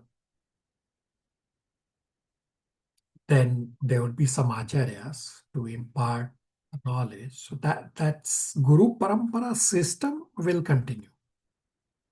Does that answer the inquiry? Yes, Prabhu. So Brahmaji and Narada Muni will still be at the beginning of the Guru Parampara, and other acharyas would be different. Is that right? Yeah, I mean, I don't know the future, but you are correct that Narada Muni is also eternal. And Parampara will continue. So Brahmaji is the head of this universe. So he obviously will be there as long as the universe stays. He'll be there. I mean, it's the other way around, that as long as Brahmaji exists, the universe will exist. So somehow the Parampara will continue. I don't know who will be there, but it will continue. Prabhu, for the other, we have 4 paramparas. For the other paramparas too, there is, I know ours is the Brahma, I'm sorry, but it begins with Brahmaji. But there are other 3 paramparas, so they would be a bit different. So yeah, there are total 4 paramparas that we are under the Brahma Madhava Gaudiya Sampradaya. The other 3 are, one is led by Shiva, the Rudra Sampradaya. Another is led by the Kumaras, and one is led by Lakshmiji, the Sri Sampradaya. So we definitely, at least I have not seen these other Sampradayas on this earth. These Sampradayas are there in the material universes somewhere else. So they will all continue.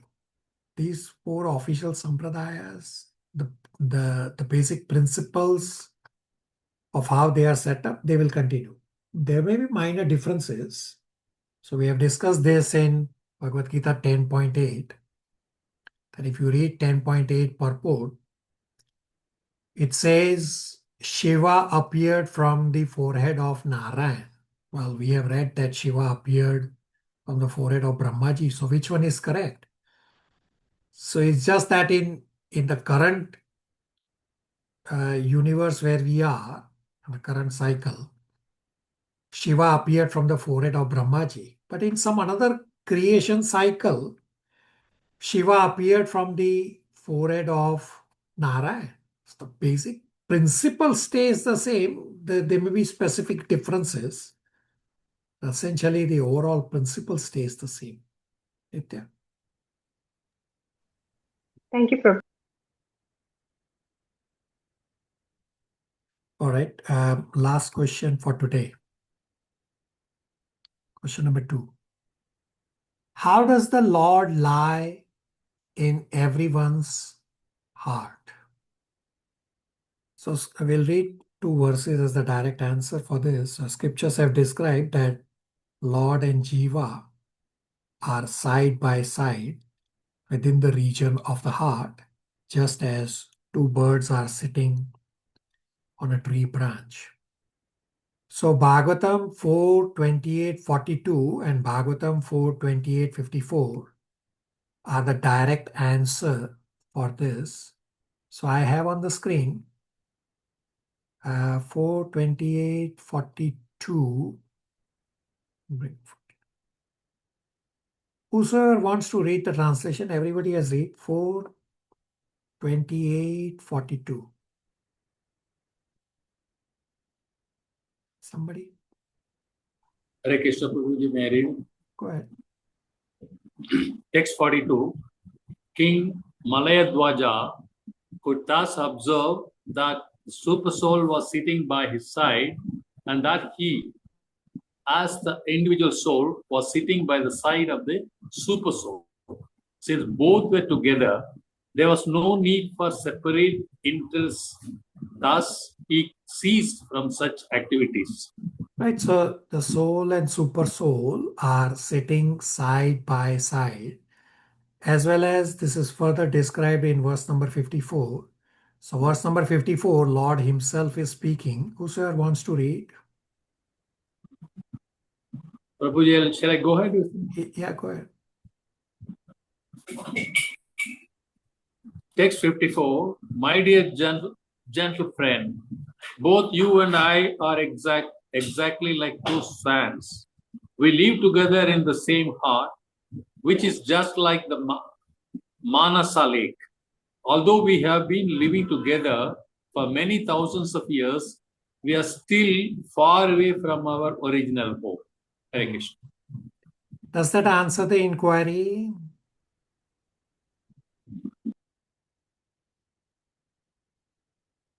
Yes, Prabhu. What a striking point, Prabhu, that though so close, we are so far away.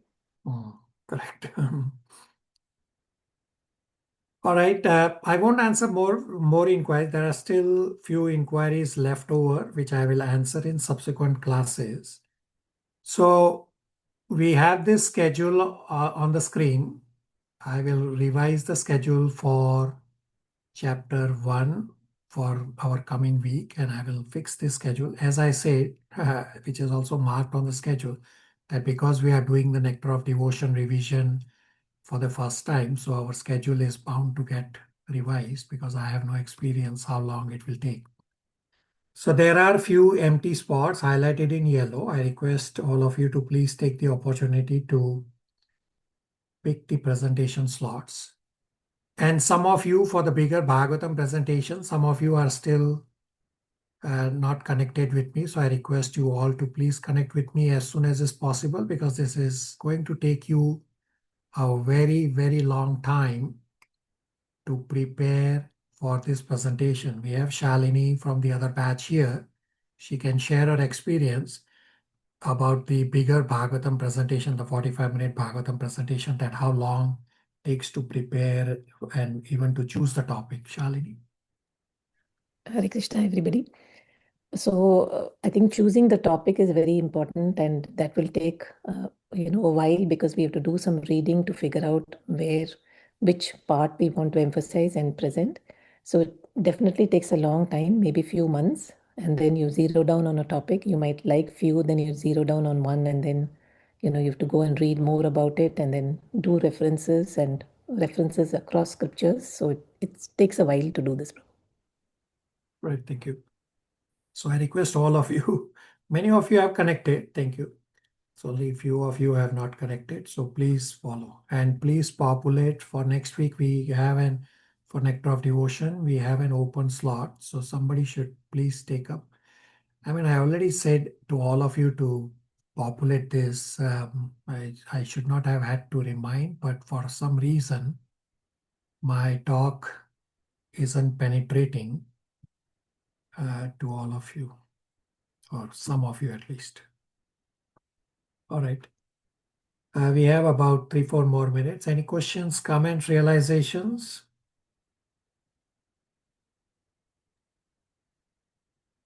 Hare Krishna Prabhu. No, I just wanted to add that, very grateful to be part of the presentations today.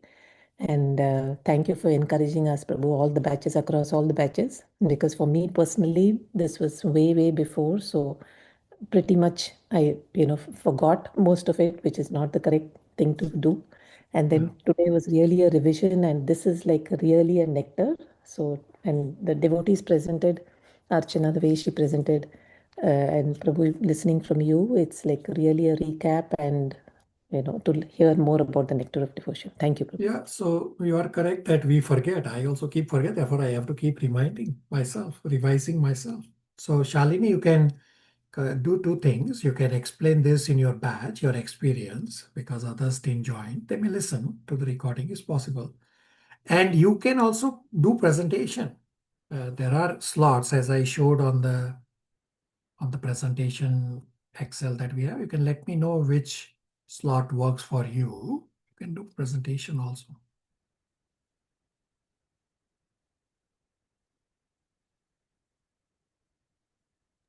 Prabhu, All right. Sorry, just to add one more thing, Prabhu. Regarding the question answers, like with so many, you were answering the questions, so many questions, maybe they were dormant. So they really came up and, the answers were really helpful. Thank you, Prabhu. Yeah. All grace are always for Guru Maharaj and Srila Prabhupada. Okay, we'll stop here. Hare Krishna, everybody. Hare Krishna. Hare Krishna. Thank you, Prabhu. Hare Krishna. Hare Krishna.